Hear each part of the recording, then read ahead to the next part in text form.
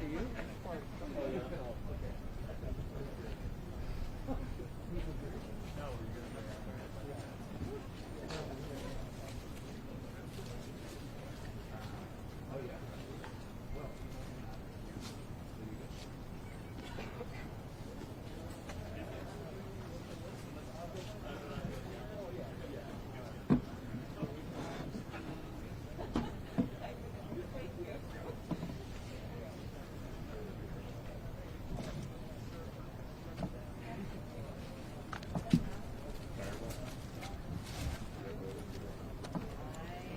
Check test.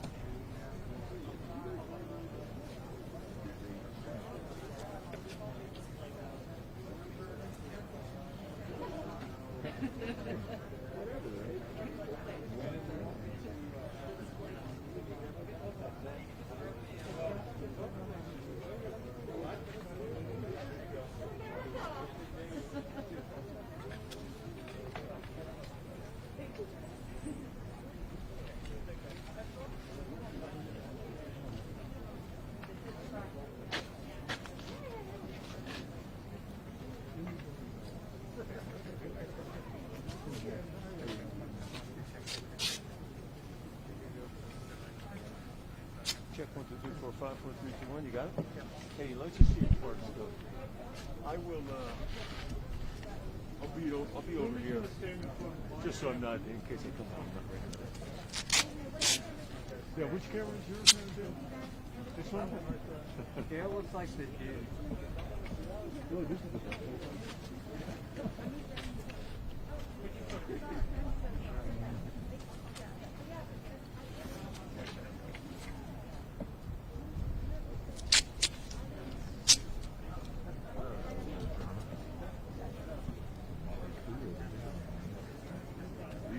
I could go work for the city of Boulder next to me. I was confident in the seat.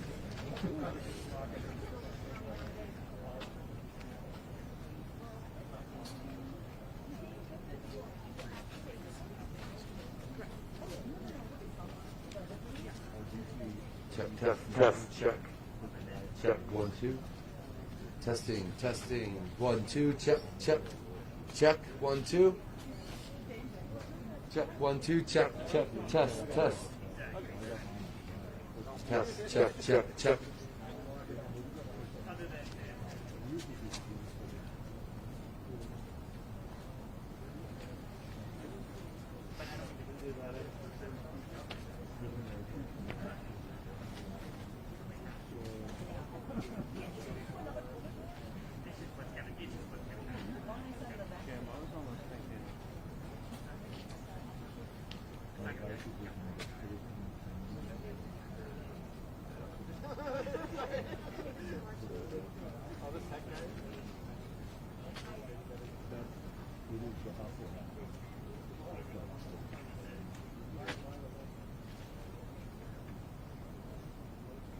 Okay.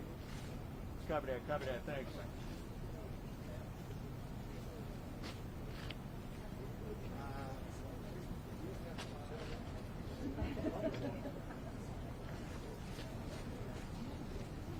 Oh, that's right.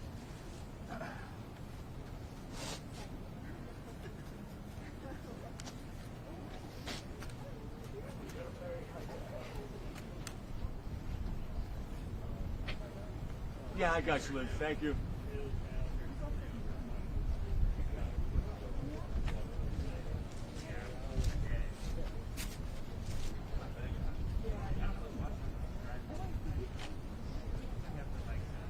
Hey, Jeremy, it's Uli. 1, 2, 3, 4, 5, 4, 3, 2, 1. 1, 2, 3, 4, 5. There you go. Those things they never seem to stay when you need them the most. No, and we're in triage mode right now, so.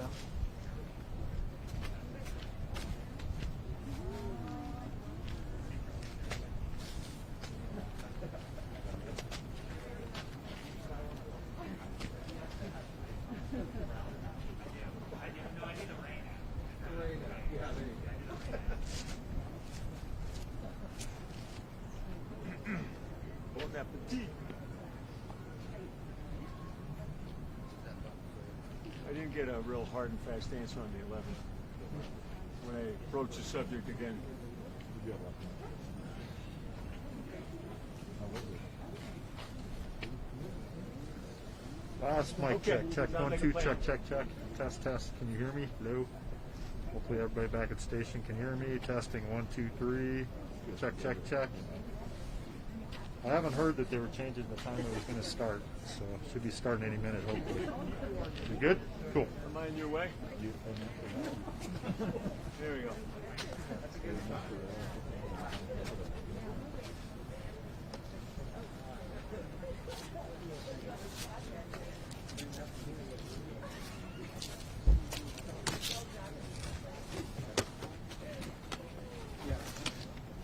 This is where the speakers will stand, the others will stand up. Drew, and we should be coming to this press conference pretty soon. Here we have a spokesperson from the city of Boulder coming out here to give us an update as to what's going to happen. And so that's a good sign. They give us a good idea, an inkling as to when things should be underway here very shortly here in Boulder. A couple of things they're going to touch upon. This is from the city and the police department a little earlier this morning. They said they're going to talk about the next steps now in the court process, that began yesterday for the suspect. He in court yesterday in Boulder County Court. Also, they're going to talk about the processing of the crime scene down there on South Boulder on Table Mesa Road. There's a huge crime scene that they have there at the King Supers. Again, that remains all fenced off. Is everybody ready to go? Also, the role of Okay. the victims' advocates and all that. Those people- My name is Dion Waugh. I'm the Public Information Officer for the City of Boulder Police Department.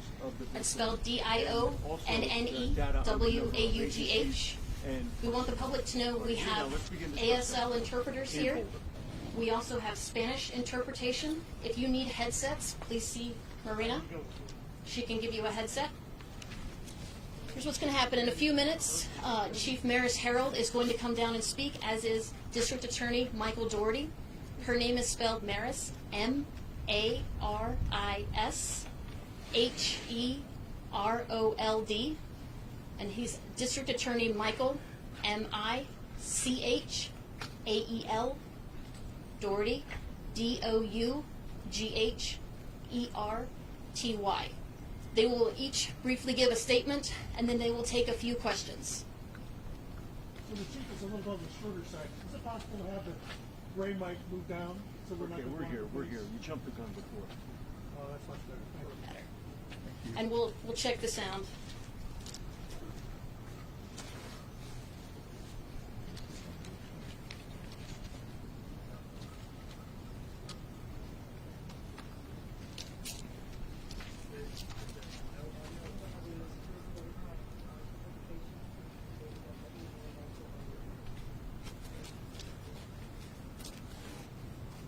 And we have asked them to remove their masks when they come to the podium, so it's easier to hear and to speak.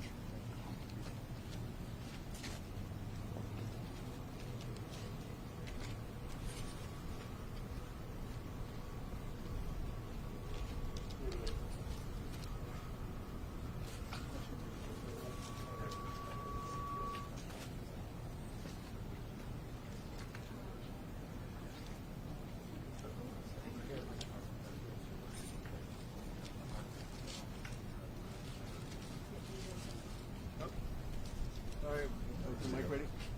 Okay, we're good on the mic there again.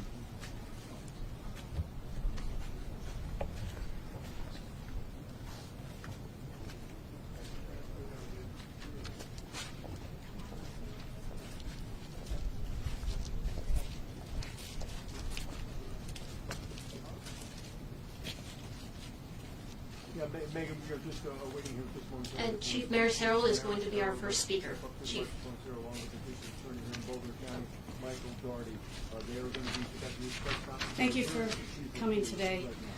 I think it's very important that I give an overview of the last 5 days' work so the community is walking step by step through this investigation and that we're being as transparent as possible. So with that, I want the community to know in the past 5 days, 26 law enforcement agencies have been working around the clock to determine a timeline of events leading up to Monday's mass casualty shooting that occurred at the King Supers.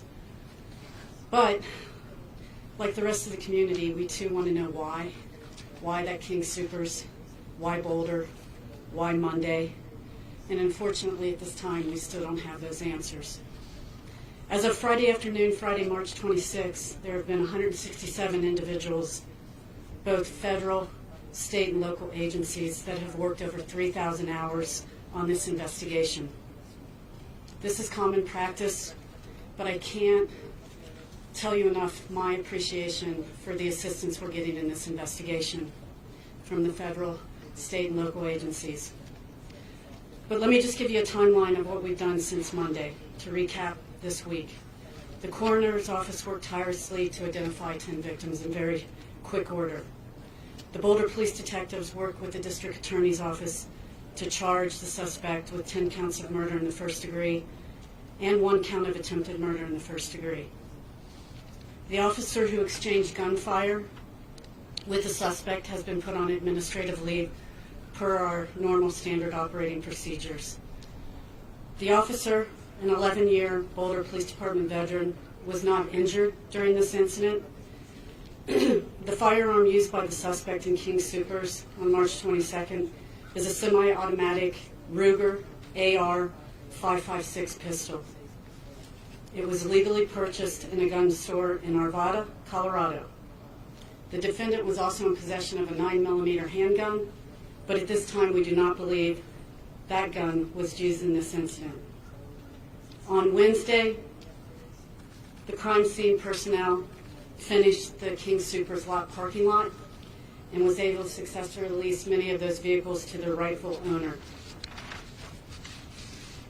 Yesterday, a team of investigators, including myself, did a walkthrough of the entire crime scene, which was very complex and obviously very challenging to not only myself, but the investigative team. I just want to say a few things about the community.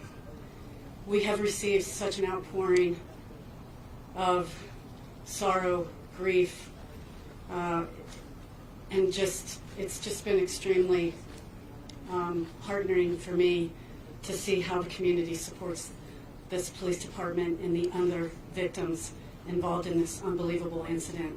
For that, I just want the community to know that I'm very grateful. I also want to end on this because I have never seen this happen in my 30-year career. We have been able to successfully pull a team of victims advocates from across this region to work not only with our police department, but all of the victims' family. And I think that is so important because this is just the beginning of this journey, and this will be at least a year-long journey for these victims' families and the police involved in this case. So I have never seen such a great tool used in such a wonderful way, and for that, I'm extremely grateful as well. And I think we're going to answer some questions after District Attorney Michael Doherty speaks. Michael?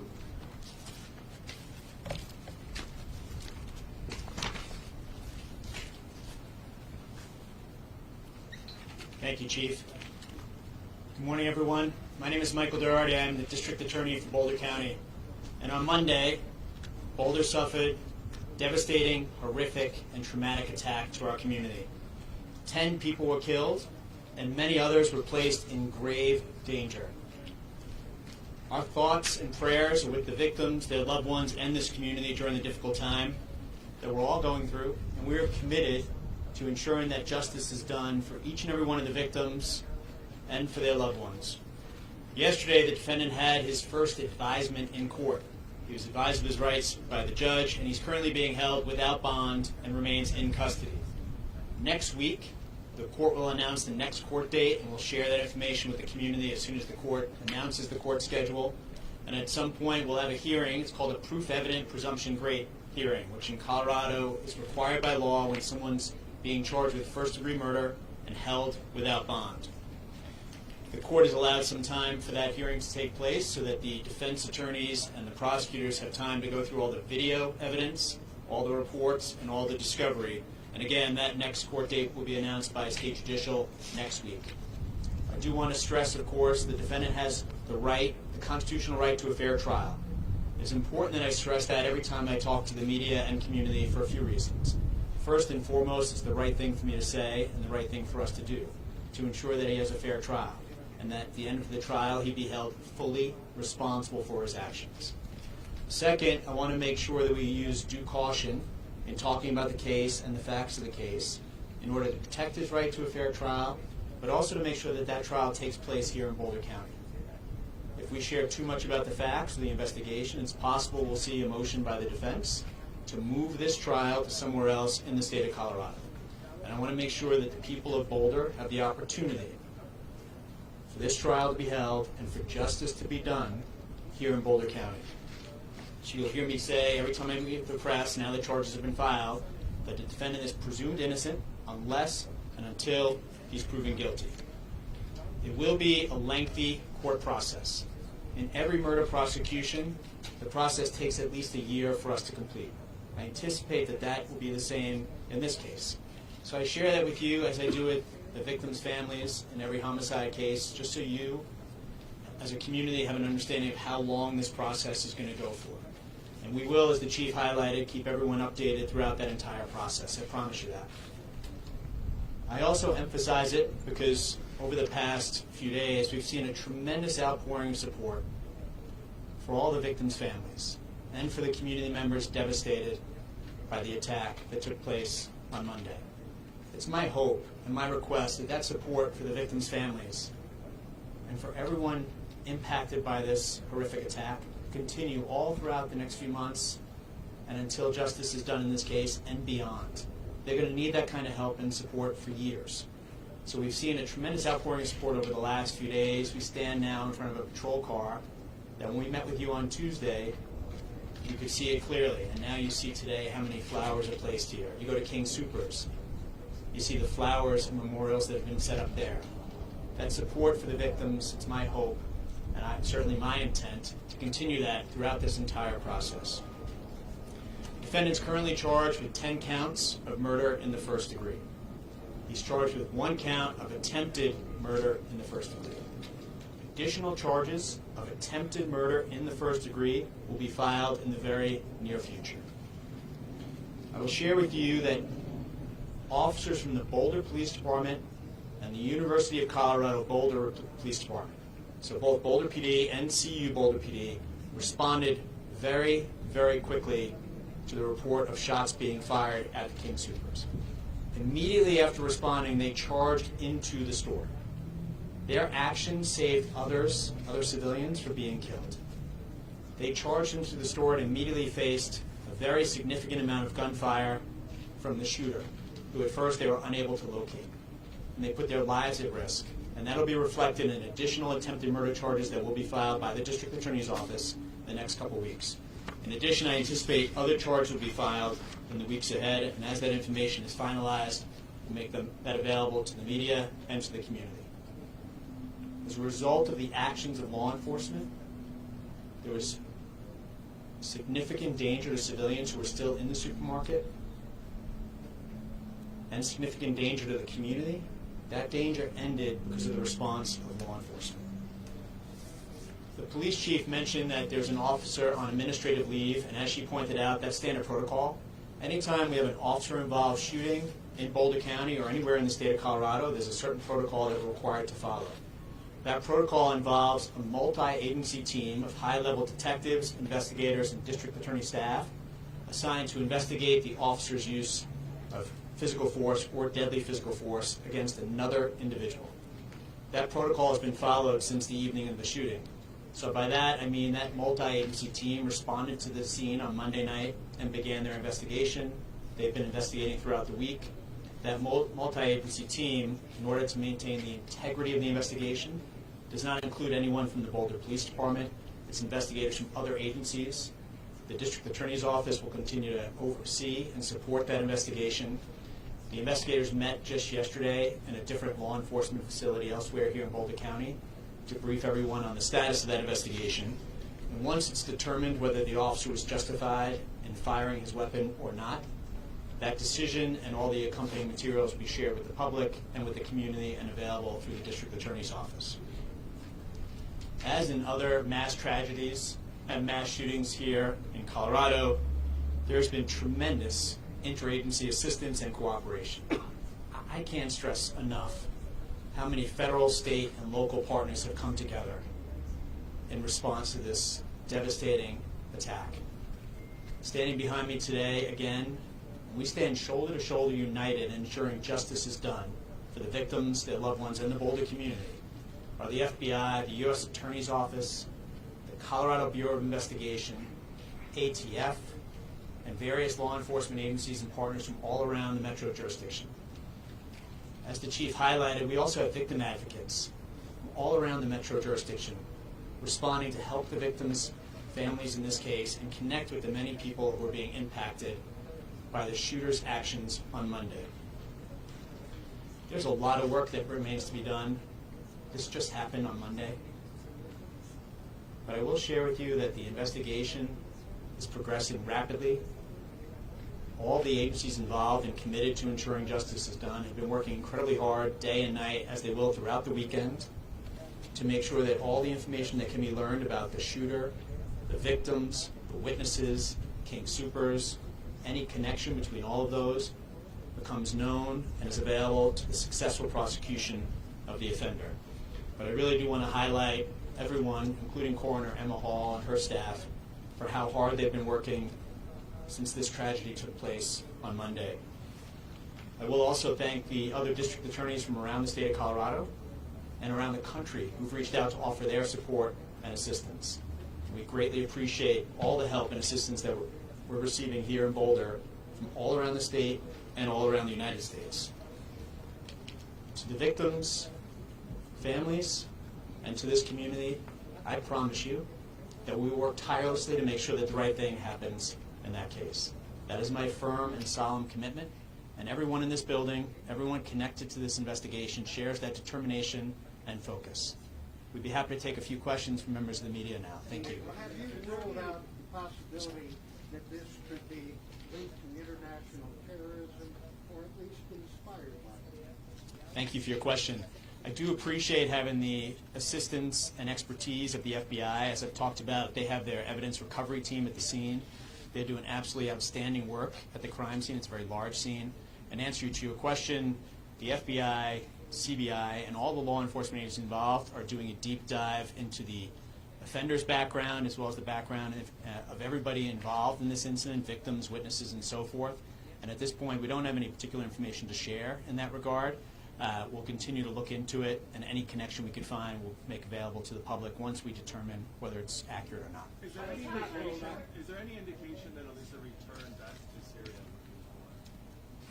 I don't have that information at this point. Do you think a motive, we're seeing in a lot of these shootings, sometimes motive isn't always clear. We may never learn a motive in some of these shootings. Do you think that's possible in the same situation, or maybe the motive is not clear or not enough for you to talk about it? It's a good question. I think the victims' families and the community are desperate to know the motive. We want to know the motive, and that's going to be the focus of all our efforts going forward. Whether or not we're able to determine it remains to be seen. As you stand here today, you can't say that you have a clear motive. Still very early in the investigation, and that's going to remain a focus for us going forward. Yes. You mentioned that this was a very complex scene. Can you explain more about that, Chief? What makes the scene so complex? And Sure, just the vastness of the scene. You're talking about a huge supermarket, obviously, a huge parking lot, numerous vehicles. It's just one of the most complex scenes I've ever worked personally, and that's why I'm so grateful that the FBI and their crime scene team is here, and the state CBI is here. It would take the Boulder Police Department weeks to get through a crime scene this complex, and so thanks for your question. Chief, had the suspect been to this supermarket before? Any indication as to why he chose this supermarket 30 miles away from where he lived? I really do wish I could tell you that. I just don't know. And that, like the DA said, that's the focus now of what we're trying to figure out. It'll be something haunting for all of us until we figure that out. And like someone said, sometimes you just don't figure these things out. But I am hoping that we will. Hey, Chief, has the suspect talked to his attorneys, or Mr. Doherty can answer this question, has the suspect talked to his attorney, or he can't take this outside the court hearing that took place yesterday? Any conversations between the defendant and his counsel, of course, would be privileged and protected. We would not have that information available to us. Michael, can you say anything or give us any insight about any possible further review of the purchase, the gun purchase that was made at the Eagles Nest Armory in Urbana by the suspect?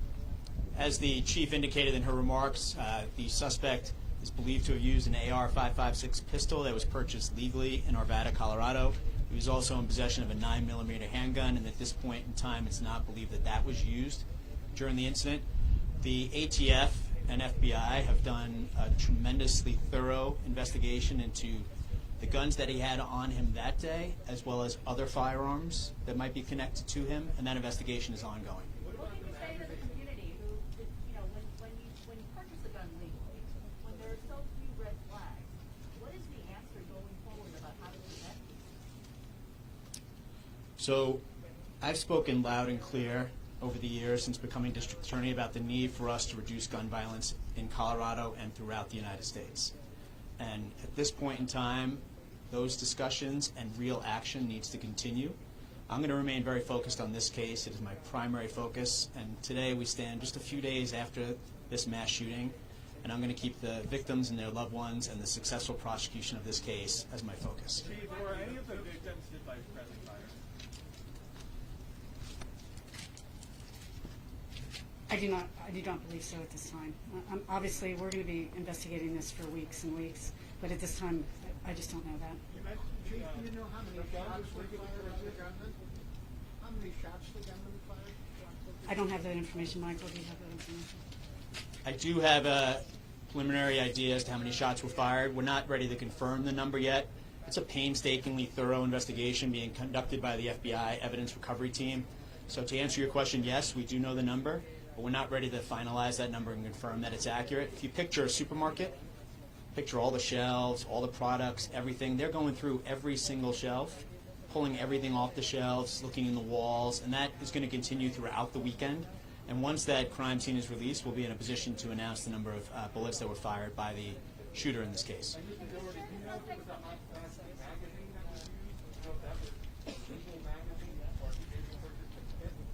So more information on the firearms will be released in the future, but at this point, this is all we're going to say on the firearms. We're still conducting a very thorough investigation with the help from the ATF and the FBI on the firearms that he had on him that day and other firearms within his possession.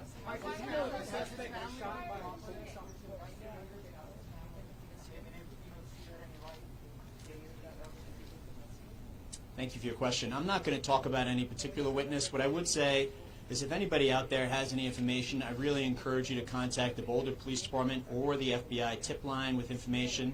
And for witnesses who have been cooperative with the investigation, we greatly appreciate that cooperation. It's going to allow us to ensure that justice is done in this case, and it's my hope that all witnesses will cooperate going forward.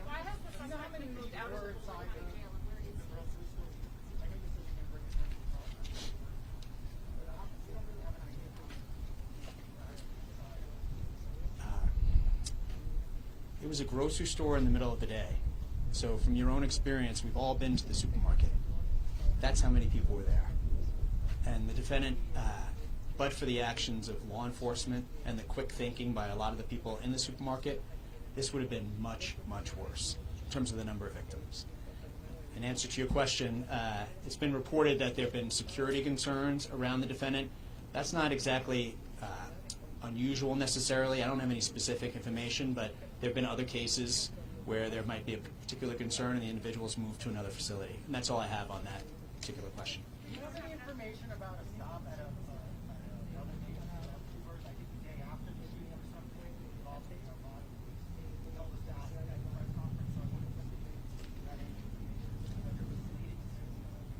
So your question is about a different individual after this mass shooting took place? I don't have any specific information on that at this time.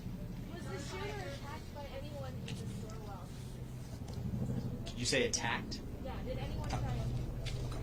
I couldn't hear you, I'm sorry. We're still going through all the evidence, and there's still a lot of witness interviews to be conducted and video evidence to be examined. I think we'll take one more question and then wrap it up for today. Was there a shootout between the police and the suspect? So shots were fired between the police and the suspect, yes. And that's why there's a police officer on administrative leave now, which again is our standard protocol in Boulder County. Anytime an officer discharges his or her firearm, the Boulder Police Department puts that individual on administrative leave, and we initiate our officer-involved shooting protocol to conduct a thorough investigation and make sure that we determine whether the discharge of the firearm was justified or not. The leg wound, is that from an officer's shot? Do you know at this time? It's too early for us to confirm that. Thank you. So I appreciate your question. I will just leave it with this, that law enforcement's response saved additional lives from being taken, and more detail will be shared in the weeks ahead. Thank you so much for being here today. I'm going to turn it back over to Dion. They actually have another investigative briefing to get to, so they don't have time for any more questions. I do have a fact sheet with some of the information to talk about the number of agencies, number of tips, number of hours that investigators and detectives from all these agencies have put in. But this is all the information we have for this morning's press conference. Thank you. Yep. And I will email it as well. I printed out a number of the correct numbers.